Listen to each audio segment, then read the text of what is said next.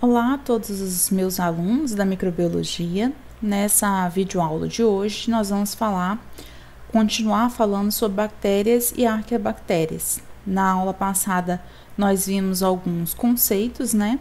Nós vimos os diferentes tipos, formas de células procariontes. Nós falamos sobre a composição da membrana citoplasmática, como ocorre o transporte de solutos nessa membrana. Falamos sobre a composição e as características da parede celular, diferenciando bactérias gram-positivas e gram-negativas. E também falamos sobre alguns procariontes que não apresentam paredes, os micoplasmas. Dando sequência, então, na aula de hoje, nós vamos falar sobre algumas estruturas superficiais que também estão presentes em células procarióticas, tá? A primeira estrutura que nós vamos falar na aula de hoje são as cápsulas. As cápsulas, elas vão apresentar uma aderência bastante forte sobre a parede celular, tá? Então, geralmente, a estrutura, bactérias encapsuladas, essa estrutura de cápsula é uma estrutura um pouco mais rígida, de ligação bastante forte.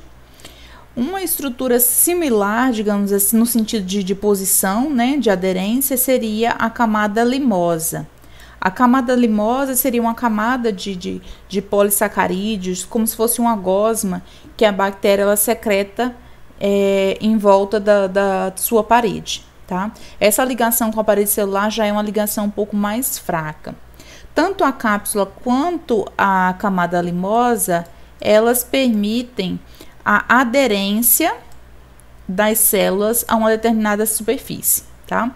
Pode ser num ambiente que ela queira colonizar ou então quando ela está realizando a infecção de um hospedeiro. Essas duas estruturas de superfície, elas previnem contra o ressecamento, elas protegem a célula bacteriana do ressecamento. Auxiliam no processo de camuflagem. A bactéria ela vai conseguir driblar um pouco o sistema imunológico do hospedeiro em função da presença da cápsula e da camada limosa. E como eu falei para vocês, tanto a cápsula quanto a camada limosa, ela confere aderência, permitindo então que bactérias formem o biofilme, que seria uma colonização de várias bactérias sobre uma determinada superfície. Então, a única diferenciação da cápsula com a camada limosa é que cápsula é uma ligação forte, uma estrutura mais resistente, e camada limosa a bactéria perde com uma maior facilidade. E a ligação com a parede celular é uma ligação mais fraca. Além dessas dois tipos de estruturas, bactérias também podem apresentar fímbrias e peeling, tá? Tanto a fímbria quanto os peeling seriam essas estruturas filamentosas que vão estar presentes ao longo da superfície do procarionte, tá? Vou colocar aqui como procarionte porque estamos falando sobre bactérias e arqueias, embora essas estruturas estejam bastante presentes em bactérias.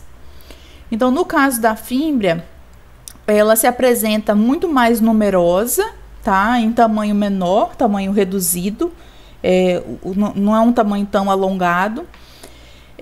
Então, em termos de comprimento, a fímbria é menor do que o peeling, mas ela apresenta ao longo de toda a superfície bacteriana. E também auxilia no processo de formação de biofilme, ok? Já o peeling é uma estrutura que vai estar presente em menor número, mais alongada, e está relacionada ao processo de troca de DNA, de troca genética entre dois organismos, entre dois procariontes. Um outro tipo de estrutura bastante importante presente em algumas bactérias é o flagelo. Então, o que é o flagelo? O flagelo nada mais é do que um alongamento, uma estrutura filamentar alongada que está ancorada tanto na parede celular quanto na membrana citoplasmática.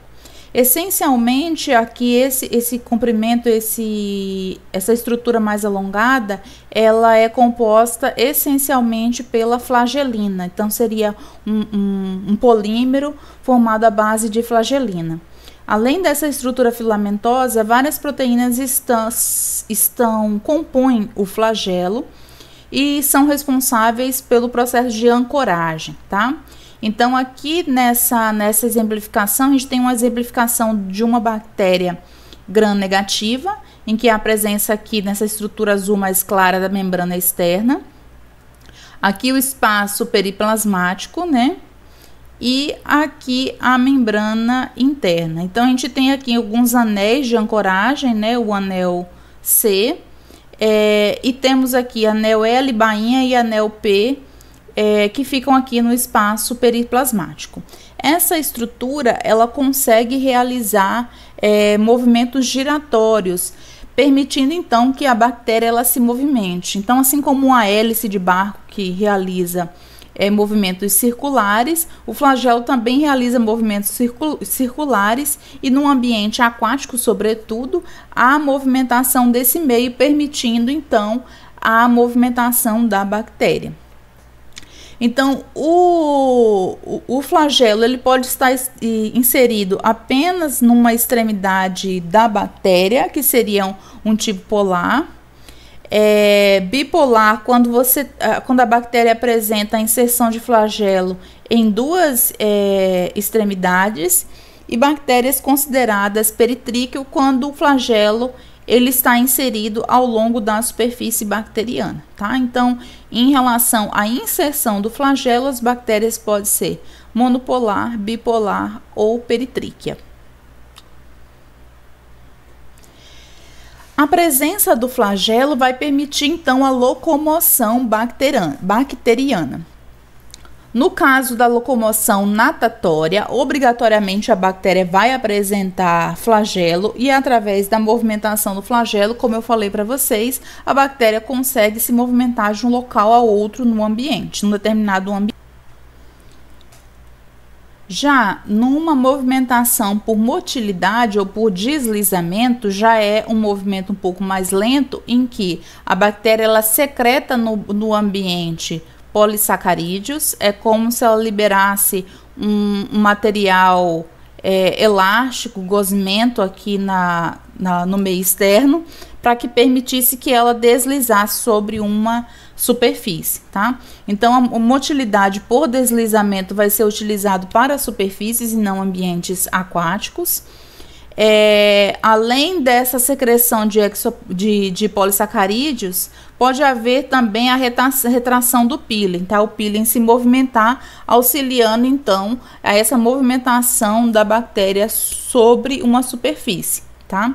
Então, em termos de locomoção, bactérias vão se movimentar de forma natatória quando há presença do flagelo, e o flagelo funciona como se fosse uma hélice movimentando o meio aquoso, permitindo que a bactéria se movimente, e numa determinada superfície a bactéria pode movimentar então por deslizamento.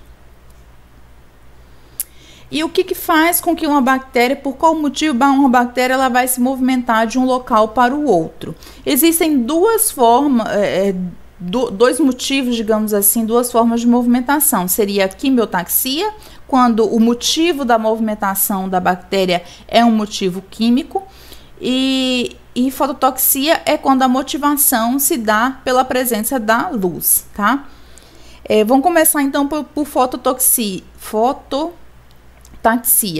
Isso vai acontecer em bactérias que precisam de um ambiente luminoso, né, para realizar o seu metabolismo. Seriam as bactérias fototróficas. Essas bactérias, elas vão se movimentar para o ambiente onde há presença de luz, porque com isso elas vão conseguir converter a energia luminosa em energia química para ser utilizado então no seu metabolismo. Já a quimiotaxia, aqui na fototaxia, o que acontece? A bactéria ela vai no sentido da luz. Na quimiotaxia, ela pode tanto ir para próximo de um determinado composto químico, como ela pode fugir de um determinado composto químico, ok?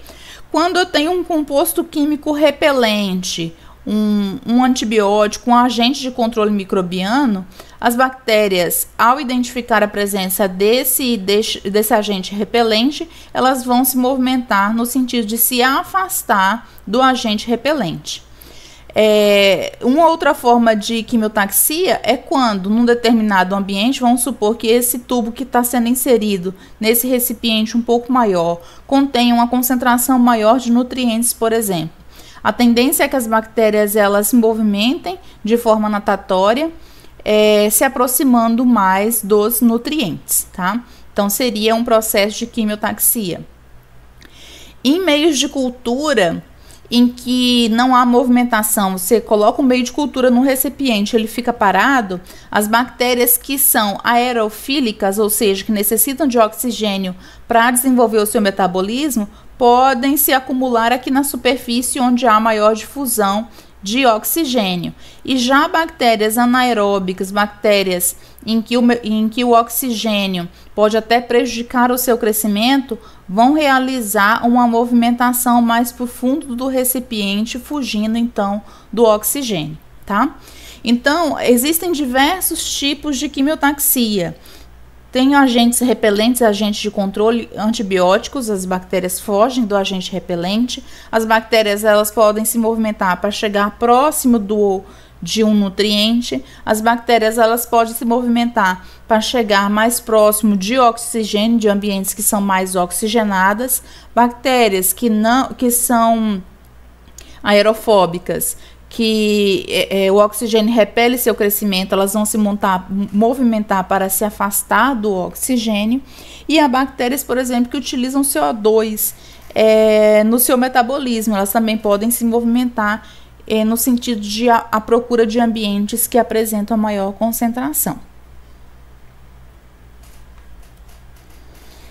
Eu gostaria de falar com vocês também sobre o quorum sense. O que é o quorum sense? Então, nós falamos até agora sobre algumas estruturas externas da superfície celular de bactérias e arqueabactérias, que seriam cápsulas, camada limosa, fíbria, o pílen e o flagelo. O flagelo está ligado à movimentação bacteriana, que pode ser natatória, como pode ser também por deslizamento, ok? Então, agora eu vou falar com vocês sobre o quorum sense. O quorum sense nada mais é do que uma comunicação entre as bactérias. Já fechamos o assunto, então, de estruturas externas e vamos começar a falar, então, sobre o quorum sense. Vai ser uma comunicação, então, entre duas células bacterianas. Observem aqui nesse exemplo, nós temos um sistema de bactérias gram-positivas, em que há um sinal aqui, há uma proteína receptora. Essa proteína receptora ela vai ligar ao substrato externo. Esse substrato ele vai entrar na célula bacteriana, se ligar a uma proteína reguladora, e essa proteína reguladora, na presença do substrato, vai se ligar ao gene, induzindo uma expressão gênica, tá?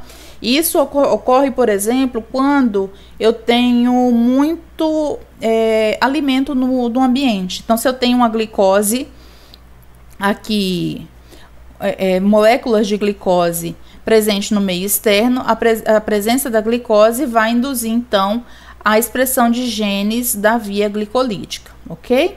Então, esse seria um processo de comunicação de quorum sense. Aqui também uma outra exemplificação no caso de uma célula gram-negativa. Há sistemas mais elaborados de quorum sense em que as bactérias emitem sinais umas para as outras de quando o ambiente está favorável ou desfavorável para a multiplicação celular. Se há presença de mais nutrientes, elas vão emitir sinais para outras bactérias, para que essas bactérias se movimentem e venham para o mesmo ambiente que ela está, que é uma maior presença nutricional. Se uma bactéria identifica a presença de um agente repelente, ela emite sinal. Esse sinal vai ser recebido por outras bactérias. As bactérias entendem que aquele ambiente não é adequado para o crescimento, vão realizar a movimentação natatória ou por deslizamento para sair desse ambiente que é desfavorável ao crescimento, tá? Então, quorum sense nada mais é do que uma comunicação entre bactérias. esse processo de comunicação ele vai ser bastante importante na formação do biofilme, porque quando eu tenho a formação do biofilme, não é a aderência só de uma célula, mas diversas células bacterianas. Então, a primeira célula realiza a aderência, aquele ambiente é favorável, ela vai emitir sinais no ambiente em que aqui é um local interessante para a colonização e multiplicação. Outras células vão migrar para esse ambiente. O chlorossense também pode estar ligado ao processo de virulência. Quando uma bactéria identifica que no ambiente há a presença do hospedeiro, ela emite sinais em que vai ativar os genes de infecção de outras bactérias que estão no ambiente, tá? Geralmente associada à mesma doença. Motilidade, como eu falei para vocês, em relação a nutrientes, elas emitem sinais para que as bactérias se movimentem de um local para o outro. E também pode haver a comunicação indicando que aquele ambiente é muito inóspito, não tem água, nutrientes suficiente e que é o momento para realizar a esporulação. E o que é então a esporulação, a formação do esporo? O esporo é considerado uma estrutura de resistência, tá? Que as bactérias vão desenvolver, suas células vegetativas vão se diferenciar numa estrutura de resistência, que é denominado o esporo, para que elas consigam permanecer nesse ambiente até que esse ambiente se torne favorável para o crescimento bacteriano novamente, tá? 2 gêneros são bastante conhecidos na formação de esporos, que seriam os gêneros Bacillus e o gênero Clostridium. No caso do Clostridium botulínico, essa formação de esporo é um grande problema na esterilização de alimentos enlatados, por isso que são utilizadas técnicas mais robustas para a esterilização desses alimentos, né? Geralmente são empregadas temperaturas mais altas para que ocorra a eliminação do esporo, tá? Do endósporo. Então, quando é que há a formação do endósporo? Quando a situação não é favorável, quando tem pouco alimento, quando a presença de agentes antibióticos, né, agentes antagonistas, e quando há poucos nutrientes, quando não há a presença do hospedeiro, tá? Então, geralmente, essas células, elas são bastante resistentes à temperatura e a agentes químicos também, ok?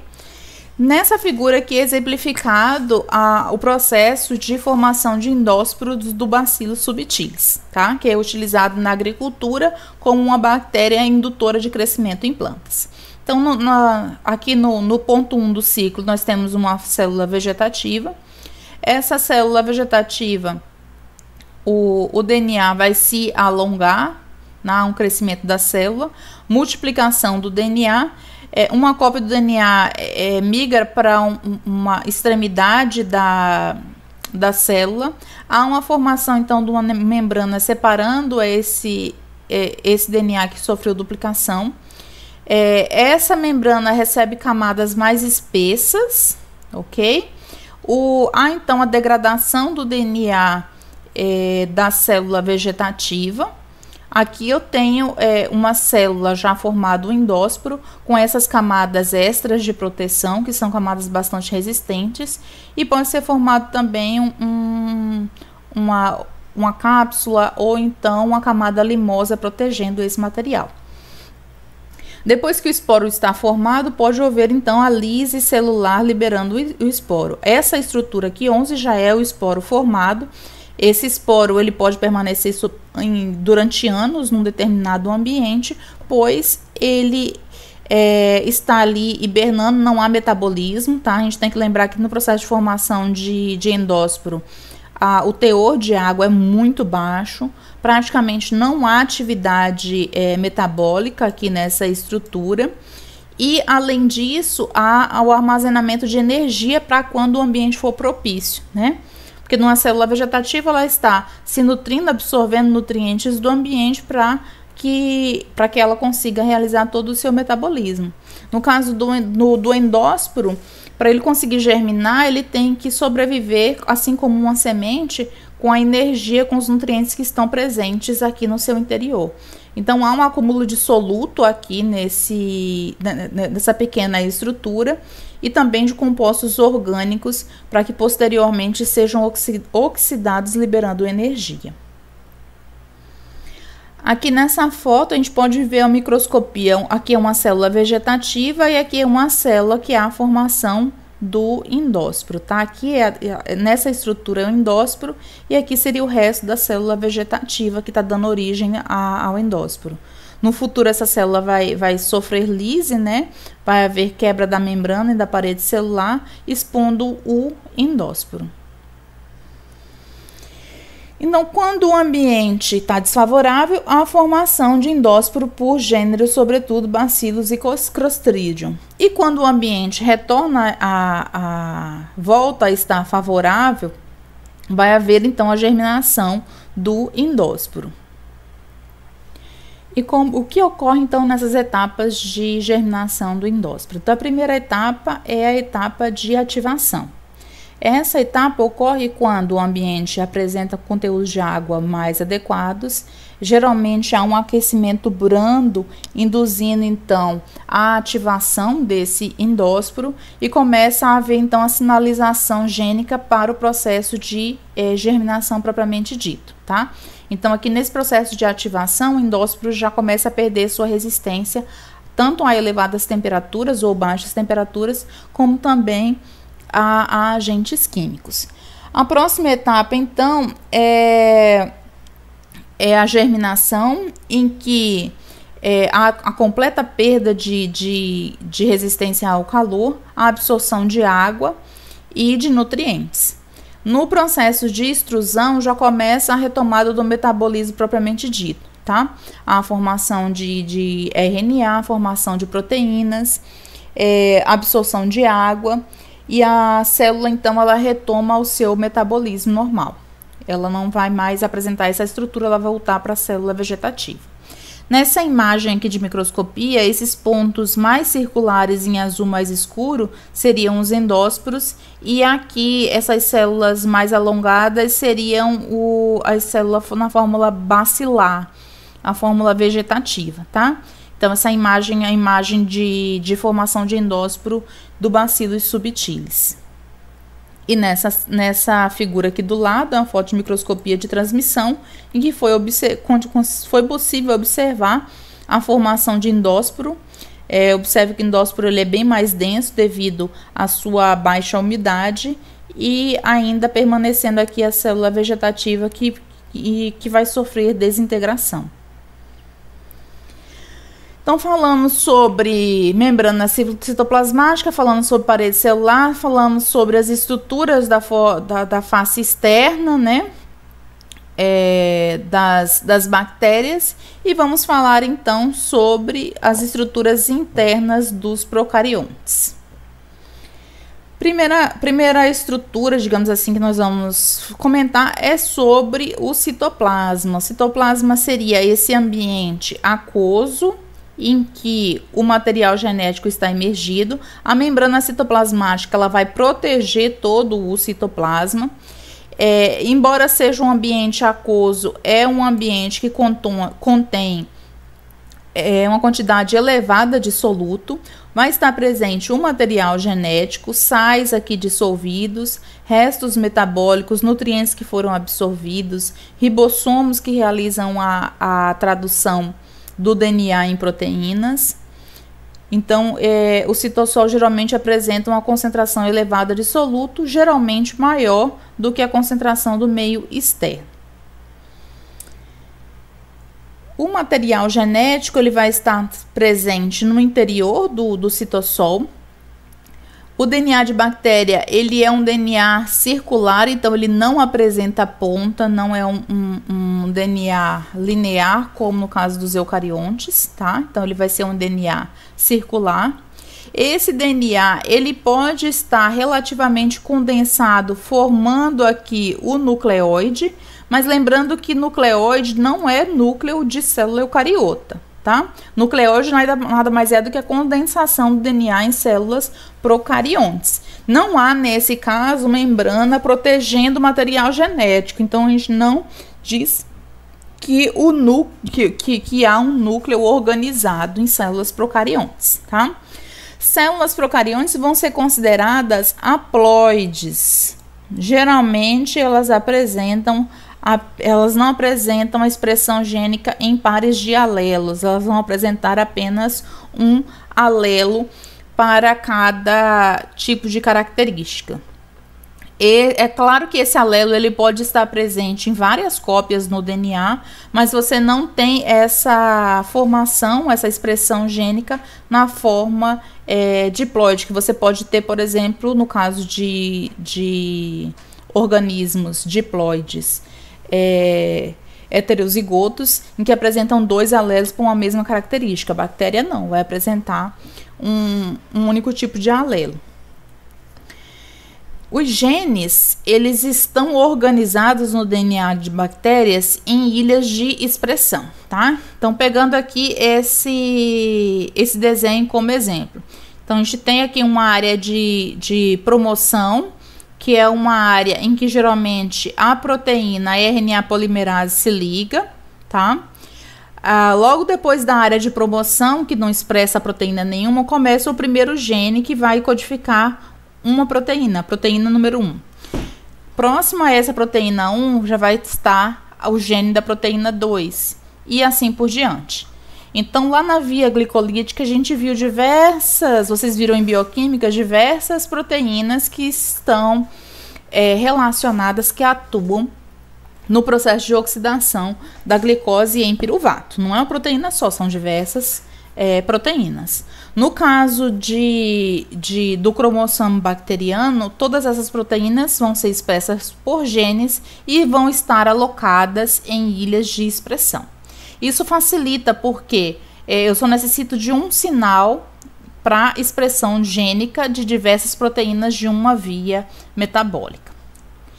E diferente de eucarioto, termina o fragmento que expressa o gene para a proteína 1, logo em seguida já começa o fragmento de DNA que codifica o RNA mensageiro para expressão da proteína 2. Então, quase todo o DNA de bactéria é traduzido em proteína, tá? A gente tem poucos fragmentos que não codificam proteínas, que seriam regiões intergênicas ou regiões promotoras. Então, é um promotor só para diversos genes, e a gente quase não tem região intergênica, que seriam fragmentos de DNA que não codificam proteína nenhuma. Isso facilita no processo de expressão gênica, porque, essencialmente, a RNA polimerase se liga aqui ao DNA, e o que ela vai traduzir já é o RNA mensageiro, que pode ser traduzido em proteína. Esse RNA ele não precisa ser processado, retirado fragmentos para ser lido e traduzido em uma determinada proteína, tá?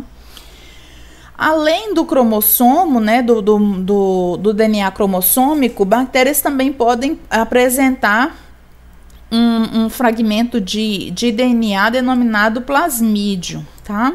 Então, os genes que são essenciais, sem os quais a bactéria não consegue cumprir o seu ciclo de vida, vão estar presentes aqui no DNA cromossômico. E genes adicionais, o que a gente considera como suplementar, podem estar presentes aqui no plasmídio, tá? Genes essenciais nunca vão estar presentes em plasmídios. Aí no processo de duplicação da célula, divisão da célula, vai ser duplicado o DNA do cromossomo e vai ser também duplicado o DNA do plasmídio. Quando a duplicação é muito rápida, a bactéria prioriza a duplicação do DNA. Aí pode acontecer, no processo de divisão, uma das células receberem plasmídio e a outra célula não receber plasmídio. Se for uma função ecológica de interesse, vamos supor, a gente está cultivando aquela bactéria para que ela realize um processo fermentativo e parte desses genes estão no plasmídio. Ao perder o plasmídio, a bactéria vai perder a sua função, tá? Então, a gente falou já sobre material genético, as bactérias vão apresentar o DNA cromossômico e também podem ter um DNA suplementar denominado plasmídio. Também vai ser um DNA circular, só que de tamanho bastante reduzido, ok? Bactérias vão sofrer modificações genéticas a partir de processos de recombinação, tá? Então, existem 3 tipos de recombinação genética, de mudança do material genético de bactéria: transformação, conjunção e transdução, tá? No processo de transformação, o que é o processo de transformação? Então, imagine que tinha uma célula bacteriana que estava vivendo muito bem, obrigado, no ambiente. Por algum motivo, essa bactéria, ela entrou em senescência, ela morreu. Após a morte, houve uma lise celular, então houve a quebra aqui da membrana da parede celular. O DNA também sofreu fragmentação, então ele foi quebrado por DNases, né, que estão presentes no ambiente. Qualquer ambiente tem DNases, só que quando a célula está viva, a parede celular e a membrana citoplasmática protege o DNA das proteínas que realizam a sua clivagem, que seriam as DNases, tá? A partir do momento que a lise celular, a quebra da parede da membrana celular, o DNA vai ficar exposto à atuação dessas enzimas que conseguem cortar, fragmentar o DNA. Esses fragmentos, eles podem ser incorporados a uma outra célula receptora, tá? Vocês lembram quando a gente estava falando lá no início da aula sobre o postulado de Koch, em que ele pegou células que causavam doença, ferveu essas células para poder haver aqui a morte dessa célula, colocou no rato e a célula que era patogênica não causou doença no rato, mas quando ele misturava esses fragmentos aqui da célula com uma outra célula que não causava doença, havia o que? Uma transformação e essa célula que não causava doença passava a ter capacidade de causar doença, tá? Então, nesse experimento, ele, de certa forma, induziu um processo de transformação. Então, vamos supor que essa célula aqui doadora, ela apresentava um gene de patogenicidade, ela conseguia infectar uma determinada planta, tá? E essa célula aqui receptora não tem a capacidade de infectar uma determinada planta. Ao sofrer lise, esses fragmentos, esses genes vão ficar expostos, podem ser incorporados à célula receptora e essa célula receptora pode passar então a conseguir realizar a infecção da planta, tá? Então, esse pedacinho de DNA, ele vai adentrar a célula, vai ser transportado e vai sofrer então recombinação, tá?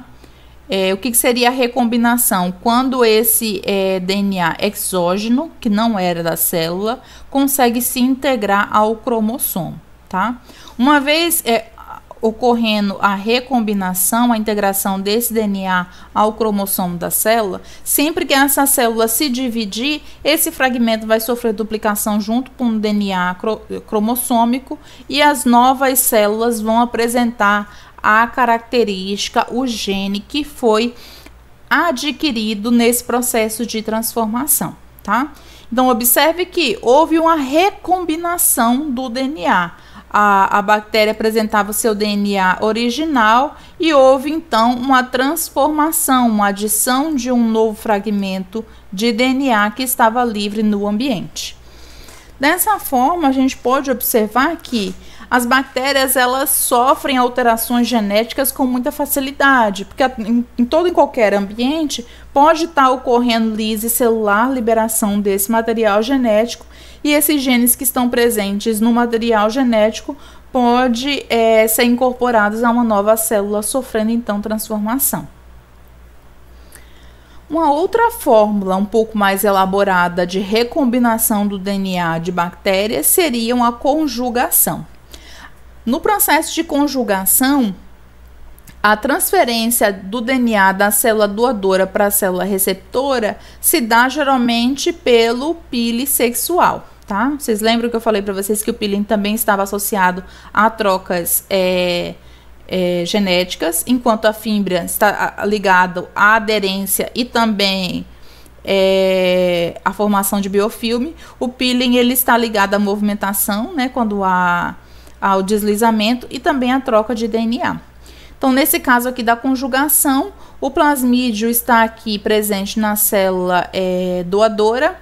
Essa célula doadora ela se liga à célula receptora pelo pili sexual, e há então a integração, a conjugação da bactéria. Então, esse DNA ele vai adentrar aqui a célula receptora e vai haver então a conjugação. O plasmídio ele pode ficar separado do DNA cromossômico, como ele pode também sofrer recombinação se integrar ao DNA cromossômico. Quando ocorre integração no DNA cromossômico, a célula receptora, todas as células filhas dela vão expressar aquele determinado gene. Quando eu tenho o plasmídio, fica aqui do citossol e não integra ao cromossomo, alguma das células filhas podem perder essa capacidade conferida pelo gene presente no plasmídio. Uma outra forma, então, de modificação, de recombinação do DNA de bactérias seria, então, a transdução. No processo de transdução, obrigatoriamente, há um vírus que realiza a adição do DNA, tá? Um bacteriófago. Então, esse vírus aqui, ele vai se ligar à célula bacteriana, vai liberar o seu DNA, esse DNA vai se integrar ao DNA cromossômico, a célula bacteriana vai expressar os genes presentes nesse pedaço, nesse fragmento de DNA, que geralmente é o que? As proteínas de formação da cápsula do vírus, tá? E do material genético do vírus. Então, esses genes vão ser expressos, vai ser formado, então, partículas virais aqui no interior. O DNA do vírus também vai sofrer duplicação, vai adentrar as cápsulas virais, a célula vai sofrer lise e vai liberar diversos bacteriófagos. Esses bacteriófagos vão se ligar a novas células vegetativas para que ocorra, então, o seu processo de transdução.